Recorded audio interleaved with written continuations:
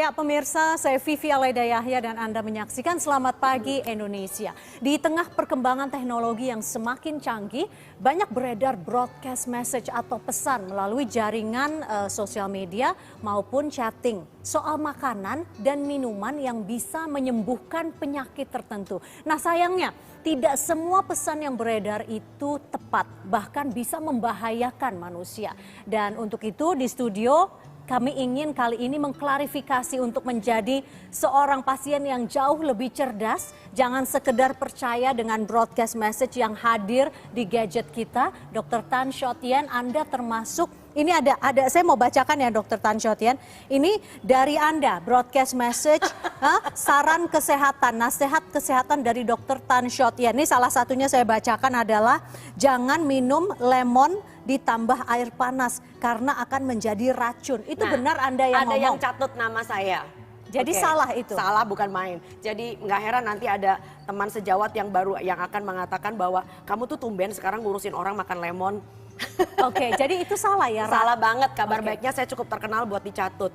Nah, ya.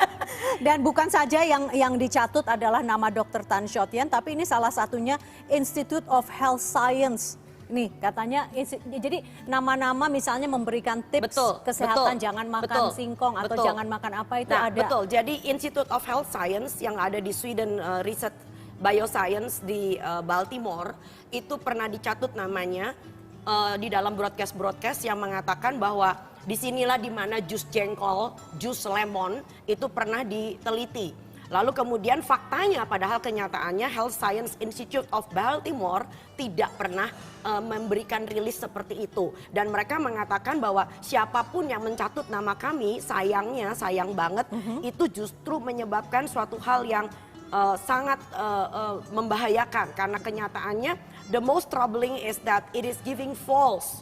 Jadi merupakan suatu pernyataan yang sangat salah or untested medical advice.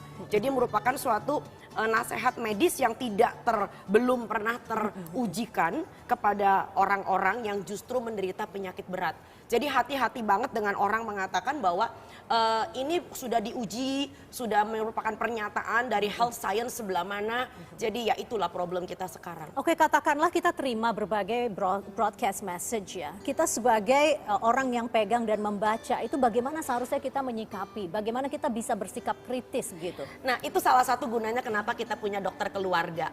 Ya jangan sampai dokter keluarganya juga baca lalu dia percaya lagi, itu juga repot. Nah saya menghimbau bagi orang-orang yang sering mendapatkan message seperti ini yang sangat mengerikan kalau Anda baca di situ ya kan.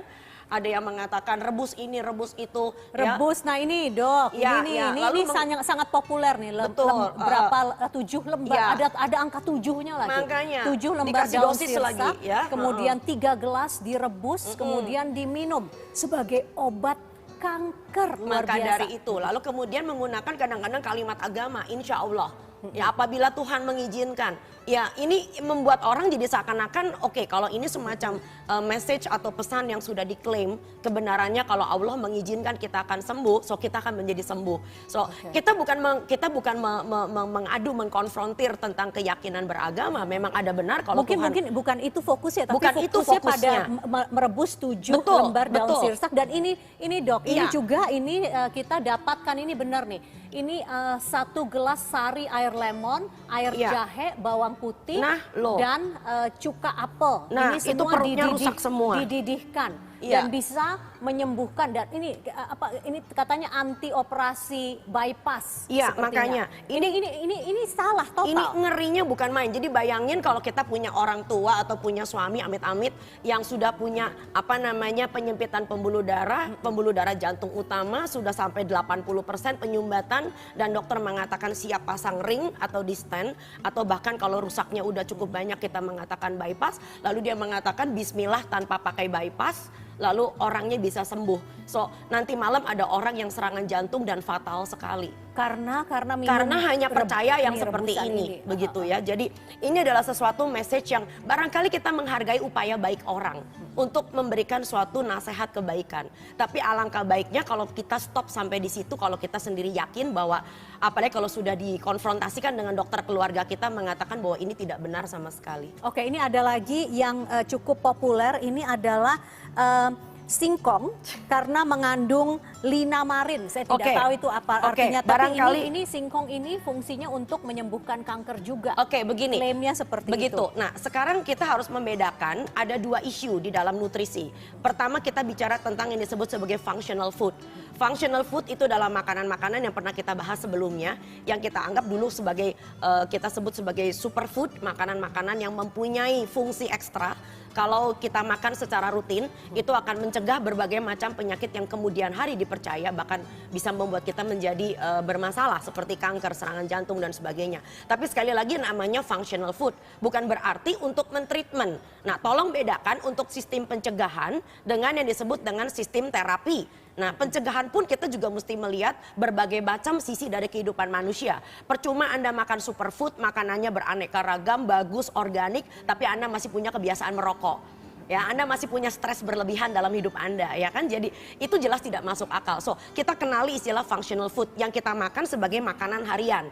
Lalu ada lagi yang kita sebut sebagai bukan makanan, tetapi suatu zat yang sebetulnya merupakan metabolit sekunder dari tumbuh-tumbuhan yang barangkali harus kita ekstrak terlebih dulu atau kita menggunakan cara-cara tradisional direbus atau dikukus dan sebagainya sehingga menghasilkan sesuatu. Contoh paling gampang, daun jambu klutuk.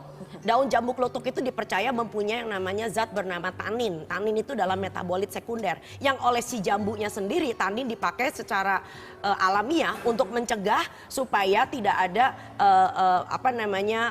lawan musuh-musuhnya dari si pohon jambu untuk bisa menyerang dia. Tapi oleh manusia tanin dipakai sebagai obat anti untuk mengentalkan Meringankan diare kan, ya? mengentalkan karena dia sifatnya astringent, mengentalkan kotoran.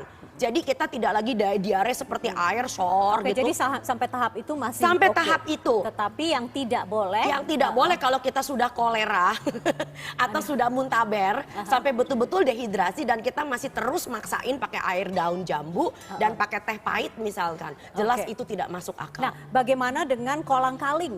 Kolang-kaling, kemudian ada juga jus jengkol yang punya khasiat luar biasa. Kalau kita baca, Ngeri banget. kalau kita baca di berbagai broadcast message begitu ya. 10.000 kali kemampuan kemoterapi daripada yang ada di rumah sakit. Itu ngerinya bukan main. Oke, apa yang salah dari pengertian? Karena kan tidak mungkin ya, maksudnya tidak mungkin ini tiba-tiba orang membuat, pasti ada sumbernya.